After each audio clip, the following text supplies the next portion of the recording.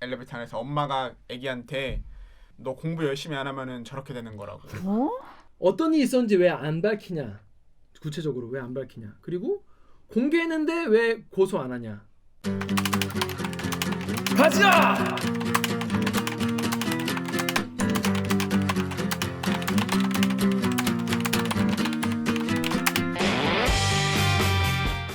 듣다 보면 빠개치고 보다 보면 목이 막히는데 이 사이다를 안 주는 본격 고구마 섭취 방송.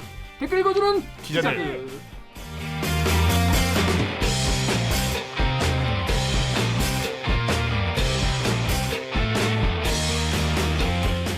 실화입니까? 실화냐?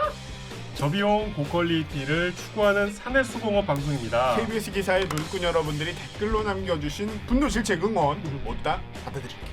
여러분들이 한 땀 한 땀 눌러주시는 구독과 좋아요 버튼은 4차 언론혁명에 작고 큰 힘이 됩니다. 반갑습니다. 저는 댓글 읽어주는 줄 알지 않은 김결준. 오늘 방송 보시다가 들으시다가 이 방송 얘네 괜찮다, 재밌다, 들을만하다, 귀엽다 싶으시면 귀엽다. 구독과 좋아요 버튼 눌러주십시오. 네. 자, 자기소개해 주십시오. 네, 안녕하세요. 저는 영등표정 강병수입니다. 반갑습니다. 강 기자 딱히 뭐 근황이 없지 않겠습니까? 근황이란 항상 건 뭐 동지할 만한 리포트 준비하고 있잖아요. 그럼 항상 이제 대한민국에 큰 충격을 줄 보도를 왜 비웃죠? 항상 열심히 꾸준히 준비하고 있습니다. 그렇습니다. 자기가 웃겨놓고 웃으니까 비웃는다는 아니요. 전반하잖아. 뭐야?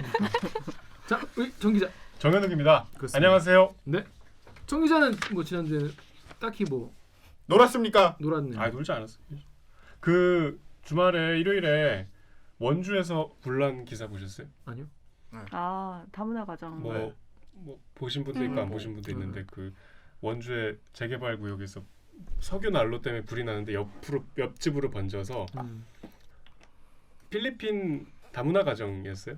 필리핀 할머니랑 손주들은 돌아가시고 거기 살고 있는 30대 필리핀 어머니만 이제 병원에 옮겨졌는데 이게 우리 기사에는 안 나오는데 좀 찾아보니까 그 필리핀에서 이제 그 어머니를 불러다가 왜냐면 남편이 한국 사람인데 중국에 돈 벌러 가시고 그다음에 플라스틱 공장인가에서 일하고 있었는데 이게 코로나 때문에 실직해서 실업수당으로 살고 있었대요. 그 어머님께서 지난 주말이 갑자기 추웠잖아요. 네.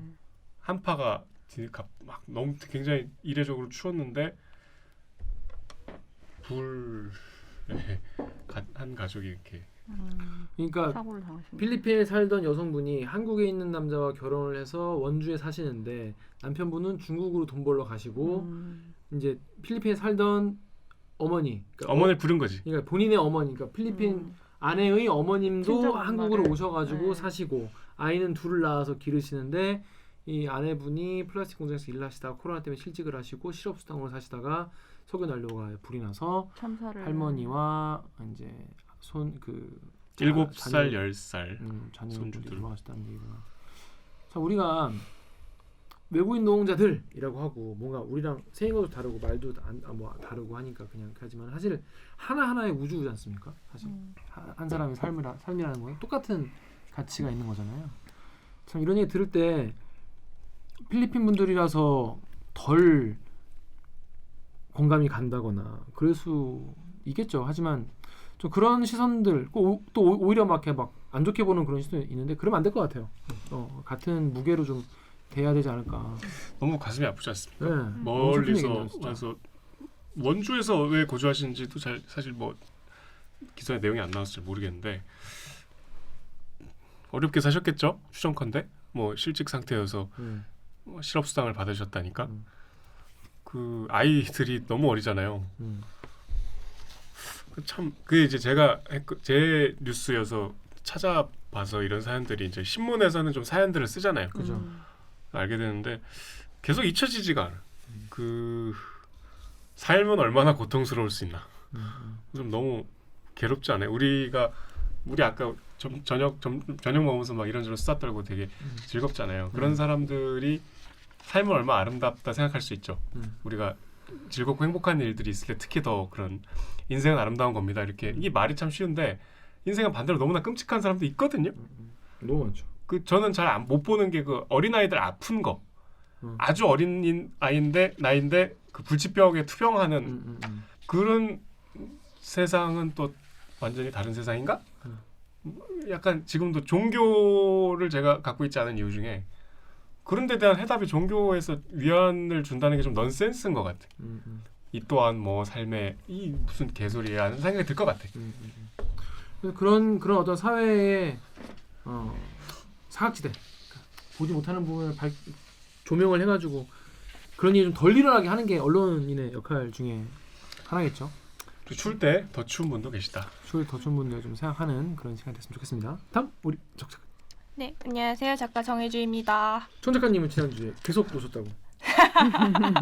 지난주에 아니에요. 드라마 2주 연속 놀았네. 아니요, 이제 공부를 시작을 했어요. 하도 그때 뭐 집에서 하면 뭐 더 잘 되지 않냐 막 이래가지고 요즘 ASMR을 열심히 들으면서 하고 있습니다. ASMR? 네. 그거 잘 때 듣는 거죠. 아니에요. 그 공부할 때 집중이 잘 되는 ASMR 이런 그 게 있어요. 옛날에 우리 MC 스퀘어 MC 하시는 띠띠 거. 저 썼었어요. 띠띠띠띠띠띠. 아니 어. 여기 옛날에 꼬였던 분들 계시죠? 그것을 다 공부 못했어. 다 공부 못한 애들이 그런 거 사달라고 해가지고 듣고 뭐 알파파, 베타파 뭐 나쁘지 들으면 않았어. 아니 좀 썼대더라. 중학생 때 썼었어. 중학생 때? 네, 띠띠띠띠띠. 근데 이제 고등학교 때 공부 잘했거든. 중학교 때 공부 못했어요. 야, 그냥 고등학교 때 그 골드벨 나간 거잖아, 그치? 그건 근데 그렇지만 중학교 때 공부 싸움이라고 공부 근데 못했어. 그거 지나고 보면 참 넌센스. 그때는 진짜 광고가 이거 없으면 공부 못할 것 같이 선풍적인 인기였거든요. 그 광고를 보면은 이 세상 공부 잘하는 애들은 다 그거를 쓴 덕에 공부를 잘하는 것처럼 보여. 무슨 거기 들어있는 안경 있잖아. 그래요. 조명 키면 잘 때 더 숙면을 취할 수 있다고. 음. 수험생은 조금만 자도 깊이 자야 되니까.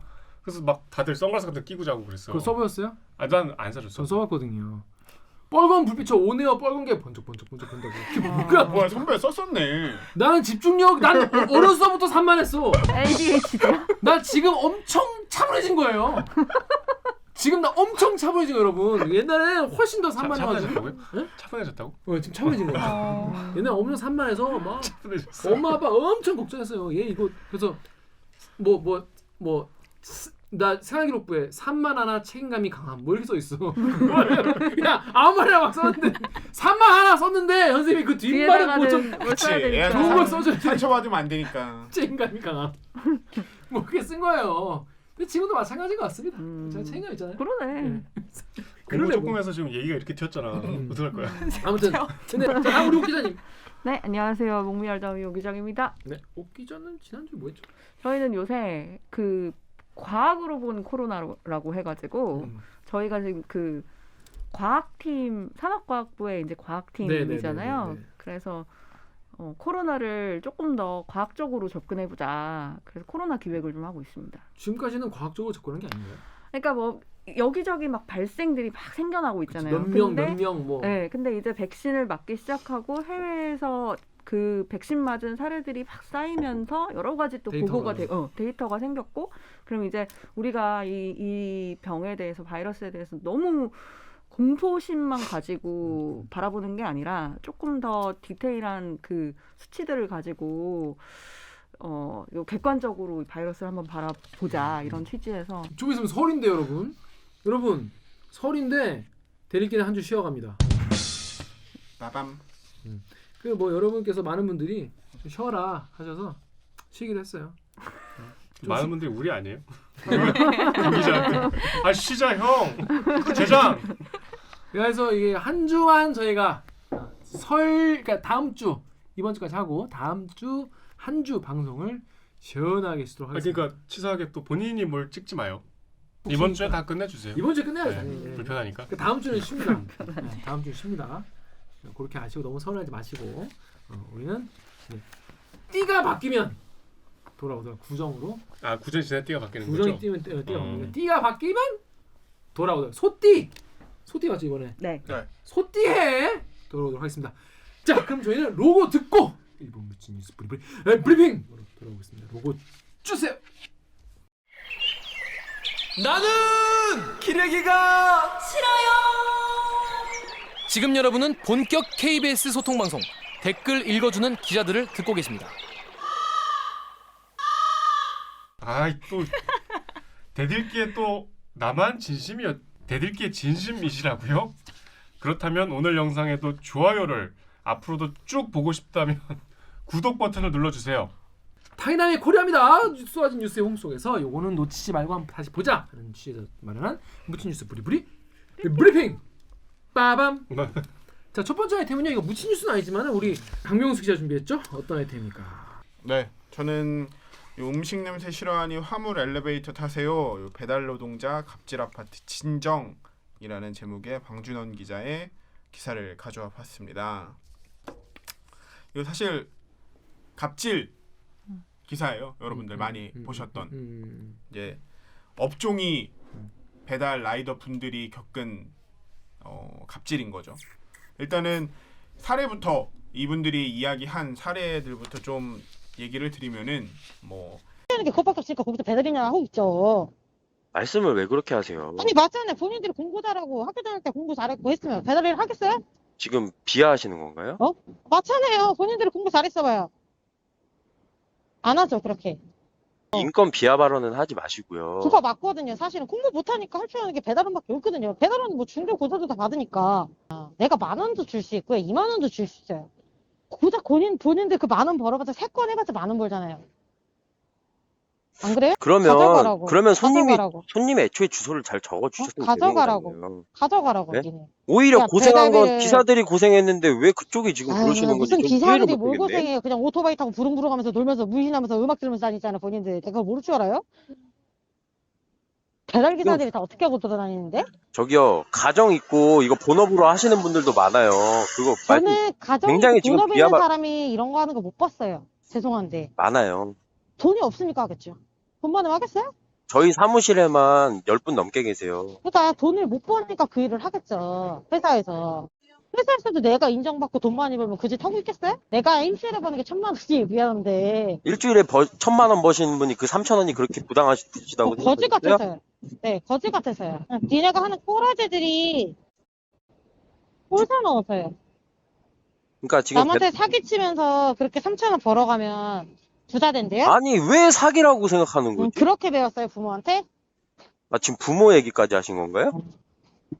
나는 남한테 사기치면서 그렇게 3,000원 안 주고 싶어요. 저기요, 부자 되세요. 남한테 이게 사기치면서. 왜 사기라고 생각하시는 거예요? 남한테 사기치면서 부자 되세요. 아니 이게 왜 사기라고 생각하시는 딱 봐도 거예요? 사기꾼들이지. 니네가 뭐 정상인들이에요? 문신해놓고 다 그런 애들이지?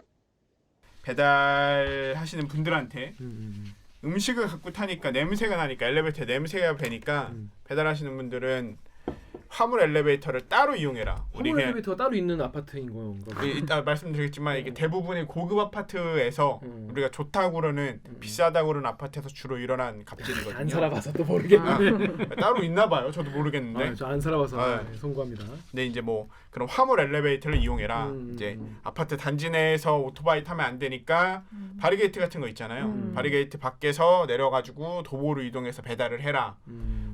뭐 그다음에 헬멧을 꼭 벗고 신원 확인해야 되니까 헬멧을 꼭 벗고 아파트 단지 내에서 배달할 때는 헬멧을 꼭 벗고 배달을 해라. 뭐 이런 유의 배달 그런 갑질이 있었고 이거 외에 이제 좀 말하는 이른바 언어적 갑질인 거죠. 한 배달원의 이야기로는 아파트 같은 엘리베이터에 이제 뭐 타게 돼가지고 올라가는데 배달원이 옆에 있는데 엘리베이터 안에서 엄마가 애기한테 그 우리가 동화 속에서나 많이 보던 너 공부 열심히 안 하면은 저렇게 되는 거라고 그렇게 했던 이제 자기의 경험담 같은 거를 얘기한 이런 배달 갑질 사례들 다 모아서 이 배달 라이더들이 국가인권위원회에 이제 진정서를 제출했다. 요 내용입니다. 쫙 그런 사례들이 많이 나왔겠네요. 네. 참 정말 인류의 바사삭. 아니 그 면전에서 그렇게 너 공부 안 하면 이 배달하신 본인은 얼마나 공부를 하셨길래 그런 소리를 하고 계신지. 정말 이거 인간에 대한 기본적인 예의가 없는 거 아니겠습니까? 사회가 어떻게 돌아가는 말 거야? 자체도 틀린 말인데다가 정말 네이버 댓글 우리 정혁 기자 읽어주시죠. FORJ 땡땡땡님이 쿠팡도 마찬가지. 지네들이 프레시 새벽 배송시켜놓고 차를 못 들어가게 함. 결국 카트에 다 실리지도 않는 물건들을 그 큰 아파트 다 걸어서 몇 번이고 날라야 함. 가야 할 곳은 많고 답답 힘들어도 좋은데 후딱 배송하고 나갈 수 있게 좀 해도. 아니 잠깐만, 그러니까 프레시 배송을 시켰는데 차를 못 들어가게 한다는 거죠. 그러면 그 아파트 단지는 다 그걸 들어가지고 배달해야 되는 거죠. 야 이거 배달하시는 분은 시간이 돈인데 그러면 이런 데는 정말 배달하시는 분들이 안 받아야지. 그냥 담 앞에서 그냥 여기는 단지 앞에 놓을 테니까 찾아가라고 비용을 인상해야 돼. 비용을 인상하든지 아니면 뭐 앞에 놓고 하든지 뭐 해야겠네요. 쿠팡은 그렇게 안 하죠. 다음 댓글 읽으십시오. SSO 땡땡님이 그럴 거면 아파트 주민들한테 배달을 시키지 말라고 해야 하는 거 아님? 음식 냄새 난다고 항의할 대상은 배달하시는 분이 아니라 주문을 한 사람인 것 같은데 애초에 사람 사는 동네에서 음식 냄새가 항의해야 하는 부분인가? 그렇죠. 참 엘리베이터에서 음식 냄새. 제가 요 화물 정말 사람한테 냄새 나면 좋지 않나요? 맛있는 냄새. 맛있겠다. 정혁 기자는 그럴 수 있죠. 이렇게 다른 사람을 이렇게 깔보고 업수이 여기는 거잖아. 이거는 그야말로 맞아요. 갑질은. 남을 업수이 여기는 그런 마음으로 세상을 살아가고 아이들에게 그런 교육을 가르치면 그런 아이들이 자라가지고 다른 사람을 볼 때 이렇게 보고 그 집단은 뭐 업수이 여겨도 되는 사람들이야. 그런 집단이야. 이런 생각을 대물림하게 되고 그런 생각이 고착화되는 계급이 생겨나게 되고 그러면 결국 사회가 그렇게 유지되는 거예요. 혐오와 갈등과 무시와 갑질이. 그런 사회는 결국에는 신뢰 자본이 더 많이 깨진다. 발전하기 힘들다. 그런 얘기 아니었어요. 단건마다 그냥 분노하고 끝낼 게 아니라 이거 진짜 사회 문제야. 사회적 질병이라고 좀 생각하고 고쳐봐야 될 것 같다는 생각이 좀 들어가지고 이거는 기본적인 인간에 대한 예의가 없는 거죠. 무례하고 정말 끔찍한 이야기인데 하지만 헬멧을 벗어라. 이 얘기는 할 수 있는 거 아니냐. 이런 댓글이 있습니다. 우리 정 작가님이 우리 네이버 댓글 읽어주십시오. 네, 네이버의 OHDH 땡땡땡땡님이 헬멧 쓰고 머리 들이밀면 솔직히 반가울 수 있을까요? 문 앞에 놓고 가는 거면 모를까 대면해야 하는 상황이라면 매우 불편하고 불안할 수밖에요. 근데 이것도 전 이해가 돼요. 왜냐면은 영화 숨바꼭질 때문에 그런 거 아니에요? 여성분들이 헬멧 쓴 덩치 큰 남자 쓰면은 그 안에 정말 수더분한 동네 총각이 배달을 가는 거라 하더라도 좀 위압감과 공포심을 느낄 수 있죠. 그러니까 남자도 그래요. 남자도 그렇죠. 네. 얘도 검은색 막 이거 쓰고 스모크 이거 쓰면은 그렇게 느낄 수 있죠. 근데 이거 헬멧을 벗기가 좀 어려운가? 그렇죠. 왜냐면 목끈을 이렇게 풀고 문 이렇게 얼굴 이렇게 벗고 그 안에 또 이 바라클라바라고 또 안에 뭐 쓴 게 있거든. 그것도 벗어야 되거든. 헬멧을 자주 쓰시나 봐요. 아니. 그래서 또 왜냐면 또 그걸 한 손에 좀 무겁잖아. 그 배달할 게 또 손이 있을 거 아니에요. 두 손으로 벗기 되게 힘들지 않을까요? 또 금방 도로 써야 되잖아. 그렇지. 또 핸드폰도 또 들고 있어야 되기 때문에 네네네네. 배달하시는 분들이 헬멧을 쓰고 벗는 게 좀 되게 불편하지 않을까? 라고 상상을 해봤어요. 배달하고 공감 능력 짱이다. 또 써야 되잖아. 그게 이제 시간 초능을 다투는 분들한테 쉽지 않을 것 같다는 생각도 들어요. 근데 물론 불편하고 불안할 수도 있을 것 같긴 해요. 근데 반대하는 분도 계셨습니다. 엠팍 댓글 우리 오규정 기자 읽어주시죠. 엠팍에서 LG님이면 보통 사람들도 후드 쓰고 마스크 쓰고 모자 쓰고 다 하는데 배달하는 사람들만 벗으라고 하니까 갑질이죠? 하셨습니다. 네이버에서 SILV 땡땡님이 배달은 받고 싶은데 니들이 흉기 가져올지도 모르니까 근거는 없음. 헬멧 패딩 다 벗고 배달하는 청것들이랑 같은 엘베 쓰기 싫으니까 저기 화물 엘베로 올라오라는 게 말인가? 왜 말 같지도 않은 소리에 대응을 해줘야 되지? 걱정되면 직접 나가서 사오쇼. 예, 이분이 이제 기사를 깔끔하게 정리를 해주셨네요. 사오쇼.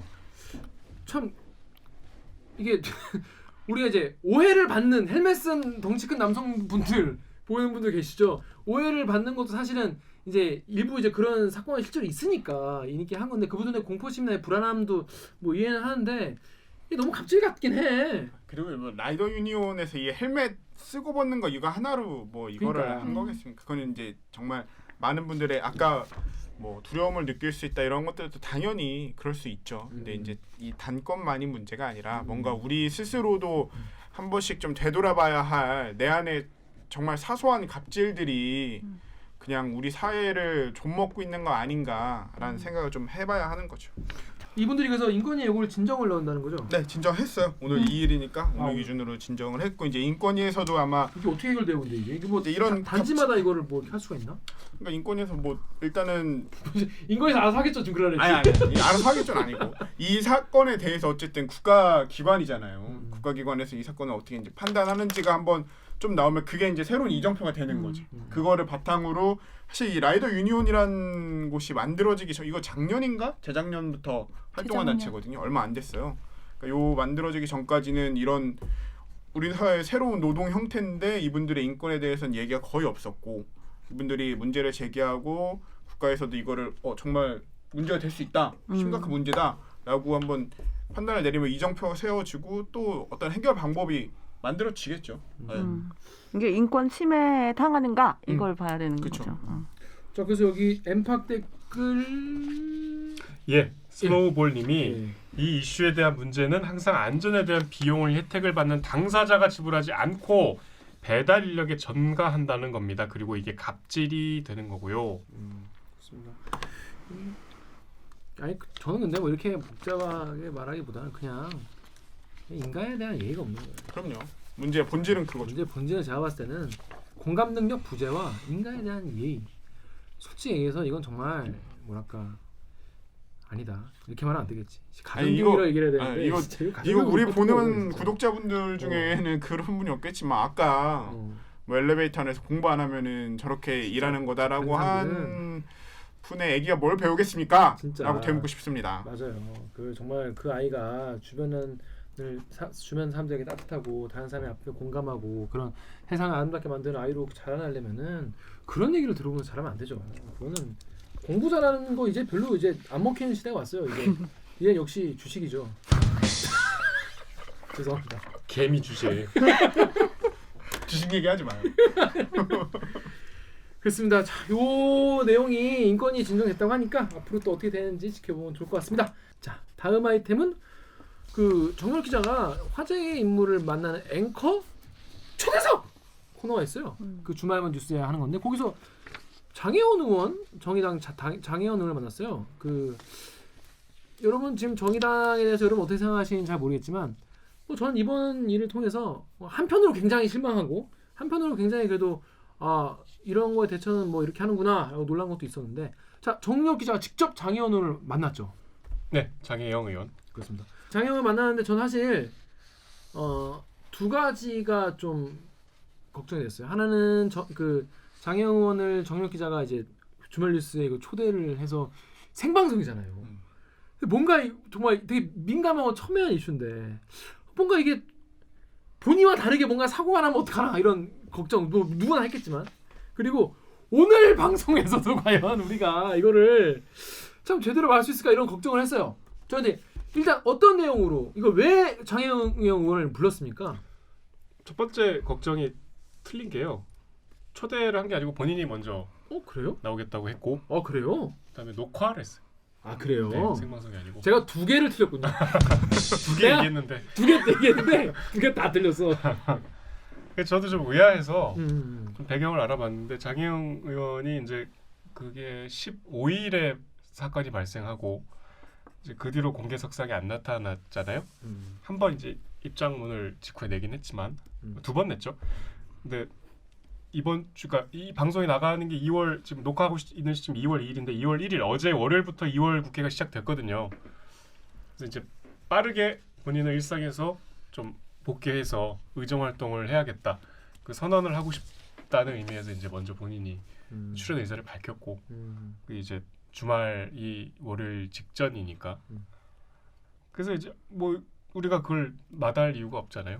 일단 근데 장혜영 의원에 대해서 저 사람이 하는 건 다 싫다 이렇게 생각하는 분도 많이 계실 거예요. 계실 것이고 되게 용기 있고 정말 좋아한다 이런 분도 계시겠죠. 그러니까 이게 정치인에 대해서 호불호가 있다는 거는 그분이 어떤 이슈의 중심이라는 것이죠. 어떤 사상적, 철학적, 사회적 의미를 담지하고 있다는 거니까 본인이 사람 한 명으로서. 그래서 저는 국회의원이 그런 호불호가 갈리는 거는 나쁜 것만은 아닌 것 같아요. 그 이슈가 우리나라에서 아직 제대로 소화가 안 되고 있다는 반증이기도 하니까 그분의 언행과 삶과 행동으로 인해서 우리 사회가 그 이슈를 어떻게 바라봐야 하는지가 좀 정리가 되고 우리가 좀 숙고할 수 있는 그런 기회일 수도 있으니까 그게 국회의원의 역할이기도 하잖아요. 공인의 역할이기도 하고. 그래서 근데 딱 모셔서 봤는데 이 중에서 만난 사람은 본인밖에 없잖아요. 네. 어땠습니까? 저는 굉장히 그 만남 자체가 저도 아까 김 기자 걱정했는데 저는 왜 걱정을 안 했겠어요. 만남 자체가 되게 충격적이었고 충격적이라는 게 이제 그 사람이 뭔가 인상이 충격적이었다는 게 아니고 내가 갖고 있던 편견을 좀 깨닫게 됐어요. 나도 모르게 지금 뭔가 장혜영 의원은 이런 사람이 아닐까? 그렇죠. 이런 목소리를 내지 않을까? 이런 대답을 하려고 나온 게 아닐까?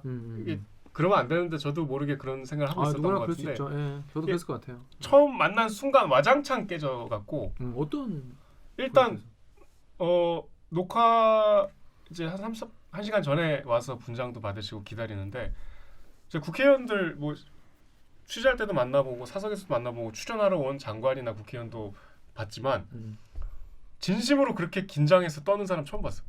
국회의원이 정치인이. 그러니까 물론 본인이 겪은 일에 사한 그 성격이 좀 더 그쵸. 부담스러울 수 있고 그렇죠. 그를 자기가 처음 자기 직접 입장을 밝히니까 좀 여느 출연과는 다르겠지만 그럼에도 불구하고 너무 놀라울 정도로 좀 많이 긴장하고 어려워하는 본인도 데 어렵겠죠. 있어서, 어려운 판단이었겠죠. 네. 그래서 좀 일단 그냥 다른 걸 떠나서 좀 마음이 아팠고 그다음에 그 출연을 하려면 이제 뭐 스튜디오에 앉아서 좀 기다려야 돼요. 뭐 이것저것 준비를 해야 되니까. 그래서 너무 계속 사실 우리 입장에선 나와준 용기가 고마웠는데 본인이 계속 고맙다고 하시더라고요. 이런 기회를 줘서. 그래서 이게 뭐 제가 갖고 있었던 인상을 뭐 구체적으로 말씀드릴 수는 없지만 원래 갖고 있었던 인상이 아니죠. 이제 이렇지 않을까 했던 추측들이 깨지면서 오는 자괴감. 내가 왜 이런 지레짐작을 했을까? 라는 게 조금 그래서 오늘 이거 뭐 우리 얘기하면서 언급을 하겠지만 우리가 모든 이 젠더 이슈에 대해서 좀 그런 면이 있지 않을까? 라는 생각을 한번 하면 좋잖아요. 한 번쯤 해보면. 근데 이제 많은 분들이 많이 이제 뭐랄까 지적하시는, 그러니까 비판하시는 부분이 왜 이제 그 일단 이거를 그렇게 그러니까 이게 뭐냐면 어떤 일이 있었는지 왜 안 밝히냐, 구체적으로 왜 안 밝히냐, 그리고 공개했는데 왜 고소 안 하냐, 이제 이거가 이제 많은 분들이 비판하는 그런 부분이에요. 그런 거에 대해서 물어봤죠. 일단 제가 뭐 당연히 그런 질문, 이게 핵심적인 질문이니까 그러니까 크게 두 가지였어요. 대답은 하나는 정의당을 신뢰한다는 거였고 그다음에 두 번째는 그 고소 과정의 어떤 여러 가지 형사적인 절차에 더 연루되기 싫다. 이건 내 판단이고 내 선택이다. 라는 이제 두 가지 이유에서 크게 보면 그러니까 이제 뭐 뒤에 그 판단에 대한 이제 좀 부동의가 많은데 근데 그거는 그러니까 이게 본인이 그러니까 본인이 성추행을 당했다는 사실을 공개한 이유를 본인이 밝혔잖아요. 그 직후에 존엄성이 훼손당했다고 했잖아요. 그러니까 저는 그런 성추행을 안 당해봐서 모르겠으나 짐작컨대 존엄성이 훼손당했다는 표현은 내가 할 수 있는 가장 극단적인 상처를 드러내는 표현이잖아요. 근데 그 존엄성의 훼손 과정을 낱낱이 공개해야 되는 상황을 내가 피하고 싶다는 걸 왜 비난을 하지? 라는 생각이 들어요. 그럼 본인의 선택이잖아요. 그렇죠. 근데 네이버의 센트 땡땡님이 비공개로 해결할 수 없다면서 왜 사건 경위에 대해 숨기는 거죠? 한 정당 대표의 일입니다. 의혹 없게 밝히셔야죠.라고 했어요. 그러니까 공인이고 정당 대표가 사퇴할 정도 일인데 밝혀야 되지 않냐? 이런 주장인 거예요. 이분은. 그러니까 이분은 거꾸로 공인이고 정당 대표니까 나는 이거를 뒤에서 해결할 수는 없다고 본다. 그래서 난 공개했다라고 얘기하고 그렇지만 그 이후에 그 내면의 과정들은 만약에 이제 정의당의 그 뒤에 여러 가지 절차가 본인이 수긍할 수 없었다면 또 다른 선택을 했을 수도 있겠죠. 근데 거듭해서 본인이 속한 이 정당의 여러 가지 판단과 그 결과들을 신뢰한다고 했거든요. 그리고 실제로 이런 일이 없어야 되죠. 근데 이 미투라는 게 없어야 되잖아요. 이런 일이 없어야죠. 근데 이제 이런 일은 벌어진 것이고 근데 그때 정의당이 보여준 그 여러 가지 과정들은 저는 지금까지 우리 사회가 겪었던 미투의 여러 가지 진행 상황 중에서 가장 잘된 케이스였다고 봐요.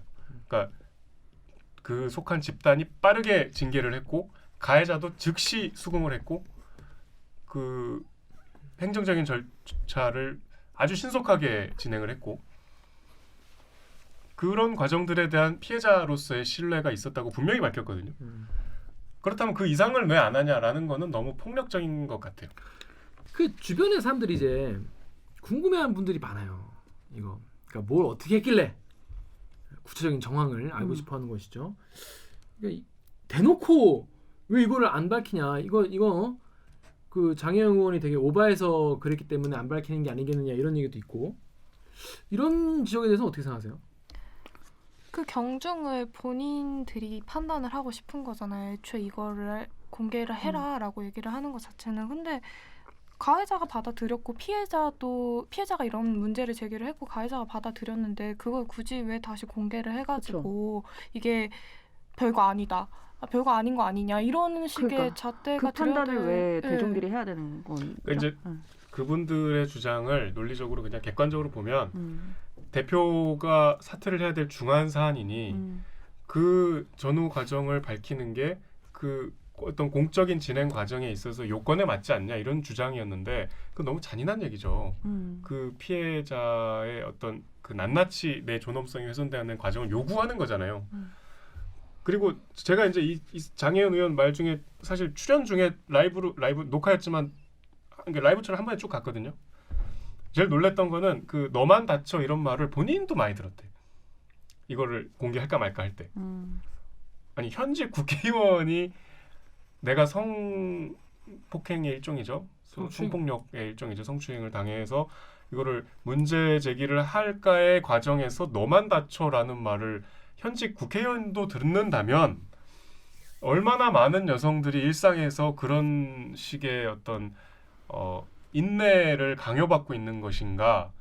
저는 그 짧은 시간에 굉장히 놀라웠거든요. 이분도 이런 소리를 들었나? 그러니까 이게 너무 좀 아직도 그러니까 제가 끝나고 나서 너무 이 방송에 대한 반응이 궁금해서 제가 커뮤니티 잘 모르는데 이제 우리 방송 하면서 좀 몇 개 알게 된 데를 들어가 봤는데 너무 놀라울 정도로 욕설 일색이었어요. 단 하나도 지금 뭐 성인지 감수 이런 얘기가 없고 채널 돌렸다 수신료 내놔라 XX 나왔네 일색이었어. 그게 전 또 다른 놀라움이었어요. 근데 이제 사람들이 그 과정을 궁금해하는 게 솔직히 말해서 전 두 가지인 것 같아요. 그냥 본인의 호기심, 관음증. 관음증. 그런 수준이 하나가 있을 것이고 또 하나는 내가 한번 판단해보고 싶다. 본인이 판단해보고 싶다는 건데 그거를 궁금하다고 내놓으라고 왜 안 밝히냐고 하는 순간 정말 그 피해자한테는 정말 큰 상처고 한 번 더 그거를 공개해야 되는 자기 자신의 그 끔찍한 과거를 다시 얘기해야 되는 거기 때문에 그거를 하는 건 좀 아닌 것 같다는 생각이 들었고요. 근데 그 중에서 아까 말한 대로 당대표였으니까 이거를 공인이니까 그러면 공인은 어디까지 그러면 본인의 사생활과 그런 거를 밝히고 감내해야 되는 건지 그 기준을 잘 모르겠네요. 근데 공인이면 그 정도는 다 밝혀야 되는 건가요? 근데 공인이라는 건 그냥 일종의 저는 핑계인 것 같고 그냥 궁금한 거예요. 그냥 어떤 피해를 당했는지 뭘 어떻게 했길래 그리고 왜 그러냐. 그동안 미투라고 하는 거는 피해자가 피해 상황을 다 자기 입으로 진술하고 가해자는 가명일지언정 피해자는 얼굴을 까고 나오고 이랬던 상황이 너무 익숙하게 진행이 되어 왔기 때문에 이 사건에서조차 뭘 어떻게 했냐. 그 가해자 다움 얘기도 했지만 그 가해자 다움이 이렇게 이어져 오는 거예요. 그 사람은 이런 일을 할 사람이 아닌데 뭘 어떻게 했길래 내가 한번 들어보고 내가 판단해볼게. 이렇게 계속 이어지는 것 같아요. 그래서 저는 이번에 이 피해 사실이 안 알려지는 게 사람들이 계속 궁금증을 갖고 가는 게 앞으로의 그 미투 사건에 대한 피해 사실을 노출하지 않는 거에 대한 일종의 시작이자 연습하는 과정이다. 참는 연습을 하는 과정이다. 이런 생각을 했어요. 그리고 이거는 일단 가해자로 지목된 김종철 전 대표가 인정을 하고 그렇죠. 네, 또 사퇴를 밝혔지만 직위 해제가 됐잖아요. 그러니까 이게 쌍방의 주장이 만약에 엇갈린다면 조금 다른 상황이 있을 수 있겠죠. 그렇죠. 바람직하지 않지만 그렇게 끝났어요. 근데 그거를 이렇게 요구하는 건 너무 선을 넘은 거라고 생각해요. 저는. 그렇습니다. 그래서 그런 댓글 다음 댓글 우리 강병호 씨 읽으십시오. 다음에 대위원님께서 정말 일부 댓글들이 전체 의견을 대표하는 건 아니지만 아직도 많이 멀었다는 생각이 든다. 막상 별거 아닌 성범죄일 수 있다. 도대체 언제쯤 성인지 감수성이 나아질런지. 자, 구체적인 경위는 네가 밝히지 않더라도 네가 이거를 친고죄가 아니라서 이걸 고소를 안 하, 이게 고소를 안 하면 이게 우리가 이제 성폭력에서 차마 피해자가 고소를 못하는 상황이 있으면 주변에서 이거를 고소를 해줄 수 있지 않습니까? 그렇죠. 이게 이제 피해자를 보호하는 방법 중에 하나로 이게 이제 나온 건데 이번에 본인의 의지와 관계없이 또 다른 분들이 고발을 했어요. 네. 이거에 대해서 물어봤죠, 정 기자가. 그러니까 뭐 그 수많은 성범죄 피해가 유형이 사람마다 다를 거 아니에요. 사람마다 다르고 너무나 다양한 상황이 있기 때문에 그에 대한 해결 방식도 그 수만큼이나 다양할 수 있는데 왜 한 가지를 강요하느냐. 그 또한 피해자에 대한 폭력이다라고 얘기했어요. 저는 그 말에 수긍이 갔습니다. 그 전에는 이게 생겨난 이유 자체가 우리 그 다음에 웃는 누나님이 말씀하셨는데 우리 작가님이 여기 다음에 웃는 누나님 댓글 읽어주십시오. 네. 다음에 웃는 누나님이 장혜원 의원은 의원 신분으로도 성희롱당함. 그리고 정의당 같은 당이니 당대표도 날아가고 피해자를 보호할 수 있었겠지.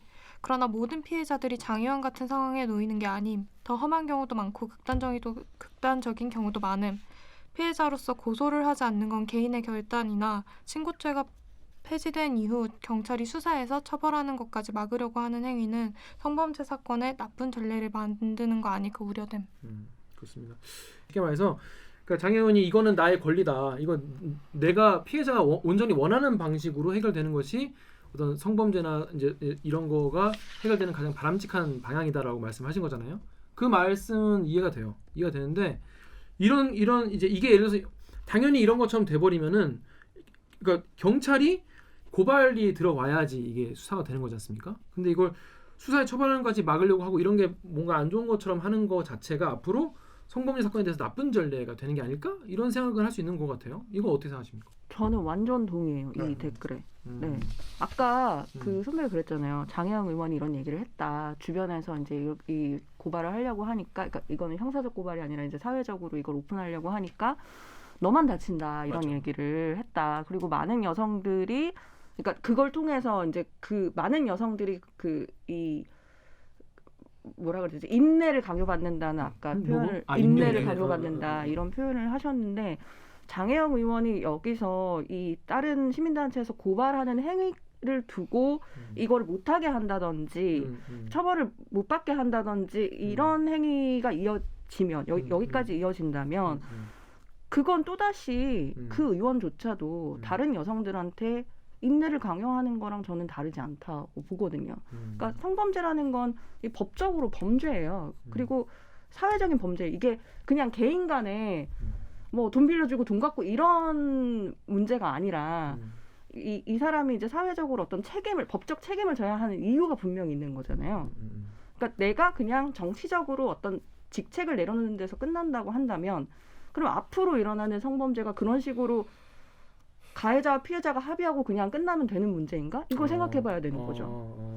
그걸 막기 위해서 친고죄를 폐지했는데 근데 그럼 또다시 그걸로 돌아가자는 건가? 아니 이건 조금 약간 사실관계도 조금 얘기를 해야 돼요. 그러니까 그 친고죄를 폐지한 취지는 그 성범죄의 특성상 이제 여성들의 이 피해자임에도 여러 가지 사회적 2차 가해를 우려해서 신고를 못하거나 아니면 다른 폭력적인 상황이 있어서 신고를 주저할 수 있는 상황을 방지하기 위해서 여성의 인권을 위해서 친고죄를 폐지한 거고 그건 정의당이 주장했던 바예요. 그러니까 만약에 장혜영 의원이 이런 폭력을 당하는데 당의 어떤 권위적인 기구에 의해서 그냥 사과받고 끝내거나 이랬으면은 이제 오키자 얘기가 맞죠. 근데 어쨌든 이 피해를 폭로한 건 피해자 자신이야. 이걸 세상에 알리고 이 당의 징계를 받도록 그 이끌어낸 거는 본인이에요. 본인이 피해 사실을 알렸어. 그리고 항상 우리가 상식적으로 범죄에 있어서 그 가해자에 대한 강력한 처벌을 가장 바라는 건 누구겠어요? 피해자잖아요. 근데 그 피해자가 이거를 그 내가 이 가해자에 대한 여러 가지 사회적 아니면 당의 그 행정적 절차가 내가 여기까지는 수긍이 가니 그러니까 장혜영 의원은 이 활빈단의 고소 고발을 막고 이럴 권리가 없어요. 앞으로도 그렇게 못해요. 그 어차피 그거는 그 고발이 진행돼요. 그렇죠. 다만 피해자로서 내가 이 고발이 진행되면 당연히 자기도 참고인 조사를 받아야 되는데 그리고 이게 소송에 가면은 이제 그 수사기관의 수사에 의해서 당시에 내가 알리고 싶지 않은 내가 당했던 일들이 까발려질 위험이 있는데 여기에 대해서 이거는 내가 원치 않은 일입니다 라고 주장을 할 수 있죠. 이건 충분한 권리죠. 네. 그렇기 때문에 저는 장혜영 의원의 이런 여러 가지 대응이 어떤 성범죄에 있어서의 피해자의 권리를 축소하는 거랑은 좀 다른 문제라고 생각을 합니다. 이제 수사기관에 의한 2차 가해 이런 얘기가 나왔으니까 이번 케이스를 토대로 좀 더 그런 게 필요하지 않나라는 생각은 좀 드는 것 같아요. 왜냐하면 저도 이 부분에 대해서 일부 공감을 했지만 또 걱정이 됐던 게 정현욱 기자님이 말씀하신 것처럼 그 수사기관에 의해서 오픈되는 경우가 되게 많잖아요. 이거는 수사 과정에서 그런 아마 거를 오픈되지 않을까 진짜? 네. 기자들이 얼마나 달려들겠어. 보호하는 게 확실히 필요한 것 같아요. 뭐 앞으로 이런 일이 그동안 우리 없었어가지고 우리 정치사나 우리가 일상생활에 이런 일이 그동안 많이 없잖아요. 근데 없어요. 최근 몇 년 사이에 이제 이런 게 막 생기면서 되게 많은 분들이 혼란스러워하고 있는 것 같아요. 저도 저 자신도 혼란스럽고 어떻게 이걸 봐야 될지 저 잘 모르겠는데 생전 처음 듣는 뭐 단어와 생전 처음 듣는 어떤 입장과 이런 것들도 많이 있으시겠죠. 저도 뭐 그런 게 있습니다. 근데 뭐 이런 거에 대해서 한번 너무 자기 그동안 이제 가져왔던 생각보다는 한 번 더 피해자 입장을 더 들어보는 게 의미가 있지 않을까 싶어서 가져왔습니다.